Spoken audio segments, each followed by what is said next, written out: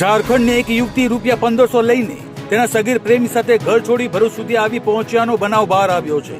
Social media પર થયેલા મિત્રતાએ પ્રેમનું સ્વરૂપ ધારણ કરતા પરિવારમાંથી વિરોધ મળતા બંને ભાગી જવાનો નિર્ણય લીધો હતો અને યુવતીએ પોતાની કોલેજ ફીમાંથી રૂપિયા 1500 તેમજ સગીર પ્રેમીએ માતા પાસે જેકેટ લેવાના બહાને રૂપિયા 1000 મેળવી 11 ડિસેમ્બરના રોજ ટ્રેન મારફતે અંકલેશ્વર આવી પહોંચ્યા હતા। અહીંયા રહેવા માટે મકાન શોધતી વખતે મકાન માલિકે ઓળખપત્ર માંગતા મકાન મળ્યું ન હતું। ત્યારબાદ બંને ભરૂચ રેલવે સ્ટેશન પર પહોંચ્યા હતા। સ્ટેશન પર પ્રેમીઓ વચ્ચે નાની બાબતે બોલાચાલી થતા યુવતી એકલી ગોલ્ડન બ્રિજ તરફ નીકળી ગઈ હતી। આ દરમિયાન આરપીએફ જવાનને યુવતીની હલચલ શંકાસ્પદ જણાતા પૂછપરછ હાથ ધરવામાં આવી હતી। ત્યારબાદ 181 અભિયમ હેલ્પલાઇન મારફતે યુવતીને સખી વન સ્ટોપ સેન્ટર ખાતે મોકલી દેવામાં આવી હતી। અહીંયા સંયોજિકા વૈશાલી ચાવડા અને ટીમે યુવતીનું સંવેદનશીલ કાઉન્સેલિંગ કર્યું હતું। વિશ્વાસ જીત્યા બાદ યુવતીએ સંપૂર્ણ હકીકત જણાવી અને માતાનો સંપર્ક નંબર આપ્યો હતો। સખી વન સ્ટોપની ટીમે પરિજનોનો સંપર્ક કરી તેમની પુત્રી સલામત હોવાનું જણાવી ભરૂચ બોલાવ્યા હતા।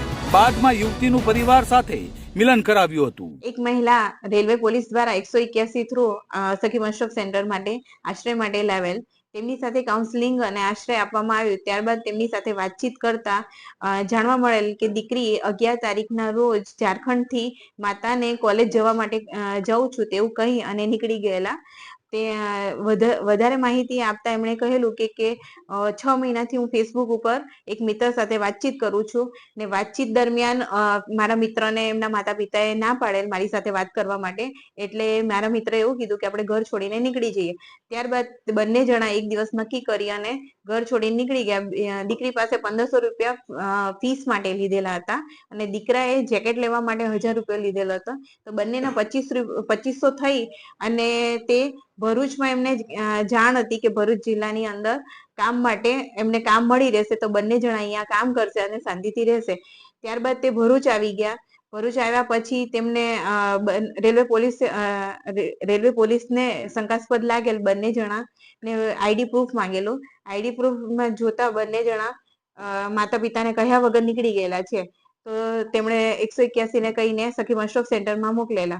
ત્યારબાદ અમે એમના માતા પિતા સાથે ટેલિફોનિક વાત કરેલી। ટેલિફોનિક વાત દરમિયાન ખ્યાલ આવ્યો કે 11 તારીખના રોજ તે નીકળી ગયેલા છે કોઈને પણ કહ્યા વગર। તેમણે શ્વાસ લીધી કે શાંતિથી કે ભાઈ મારી જે દીકરી છે તે સેન્ટર પર અહીંયા સહી સલામત છે અને એની સાથે કોઈ પણ જાતની ઘટના બની નથી। ત્યારબાદ તેમને અહીંયા આવવા માટે 2 દિવસમાં જણાવેલું કે 2 દિવસમાં આવી જશે। હાલ અત્યારે માતા અને પિતા એમને લેવા માટે આવેલા છે।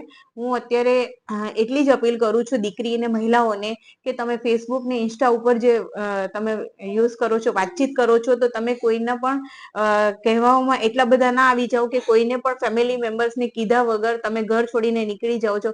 પછી તમારી સાથે એવી કોઈ પણ ઘટના બને કે ભાઈ કંઈ પણ બની શકે છે તમારી સાથે, એટલે તમે ફેસબુક ને ઇન્સ્ટા ઓછું યુઝ કરો અને યુઝ કરો તો પછી સેફલી માતા પિતાને પણ જાણ કરો। થેન્ક